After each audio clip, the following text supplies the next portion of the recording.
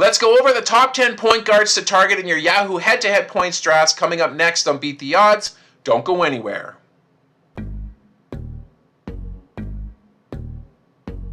Hello sports fans and welcome back to another episode of Beat the Odds. I've got my top 10 point guards to draft in head-to-head points leagues. Now if you like the sound of that, be sure to like the video, subscribe to this channel, and ring that notification bell so that way you don't miss an episode. I will be posting valuable fantasy basketball content all season long. Do you have a burning fantasy basketball question that you want an expert to answer? Ask me on Q. Go to askmeonq.com/beattheodds-NBA, submit your question, and I will give you a personal audio response right to your email. You can even send me screenshots of your team so that way I can use that in my review. It's super easy to do and it's a great way to get fantasy basketball advice while also supporting this channel. Now let's dive into this list here. At number 10 we have LaMelo Ball. A healthy LaMelo moves him up this list, no question. The actual question is whether or not his ankles are going to hold up for the entire season. When he's healthy, he's going to deliver a great scoring output and a lot of highlight assists every night, and his wingspan is going to allow him to get into the passing lane so he can collect a lot of steals. If he can put together 70 games this season, he has an outside shot at being a top 5 point guard. Let's go to number 9. We have Steph Curry. If your fantasy basketball points leagues count shooting percentages and three-pointers, then Curry gets a major bump on this list. Since we are looking at Yahoo Fantasy Basketball's new point leagues, which do not count them, then we miss out on Curry's two elite aspects of his game, and his value drops immensely. Curry is still going to be must-watch TV until the day he retires, but I'm passing on him in my fantasy leagues in this format. Moving on to number 8, we have Tyrese Maxey. After securing the Most Improved Player award last season, Maxey was awarded a lucrative contract and will share the focal point with Joel Embiid and newly acquired Paul George. Maxey will still remain a scoring first point guard, but he's going to have more reasons to facilitate the offense with the team's new big three.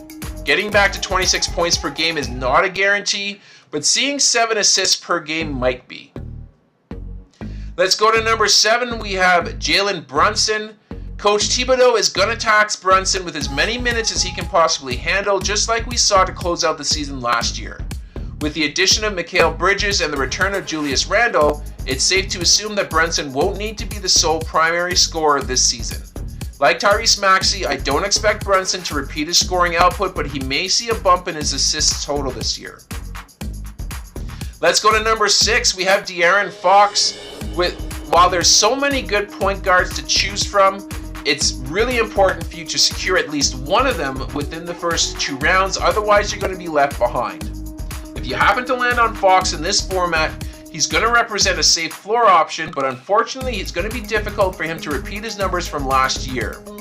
How he shares closing duties with DeMar DeRozan is going to be interesting to watch. Let's go to number 5. We have Ja Morant. Now there is a lot of risk drafting Ja, there's no question of that. Hopefully, he has grown as a person to not let the distractions of his life affect his availability for his team. He's healthy to start the season, and it's easy to expect that he's going to return to his high-flying ways. Now, because Yahoo doesn't count for three-pointers, Ja's value isn't actually affected by that. And because he didn't play for a whole lot of the season last year, you may still be able to get him at a bit of a discount. Let's move on to number 4. We have Tyrese Halliburton. Halliburton has showed us that he should be in the discussion for being the best pure point guard in the NBA. What caps his value in points leagues is his relative lack of scoring. Out of the 10 point guards on this list, there's a good chance that he's going to contribute the least amount of points per game and by a significant margin as well. Nevertheless, he makes a great guard to target in the second round. Let's go to number 3. We got Trae Young. Now, there's no more 1-1A in Atlanta. This is Trae Young's team. They're not going to challenge for relevancy this season, of course, but you can bet that Young will be the main focal point of this offense.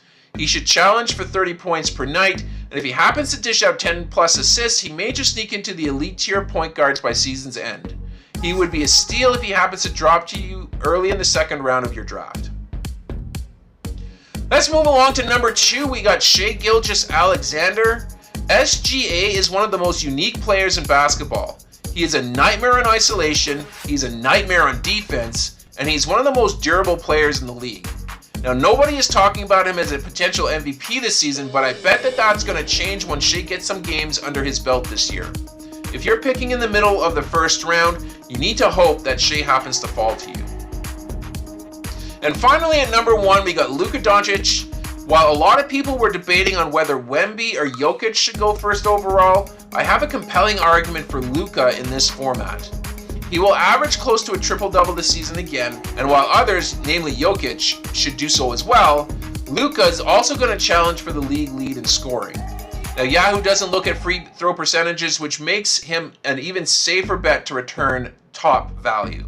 And that's going to do it here for this episode. I hope you guys enjoyed it. If you did, please leave a like on the video and, of course, subscribe to the channel for more content like this. I am going to sign off for now, but I will catch you guys on the next episode.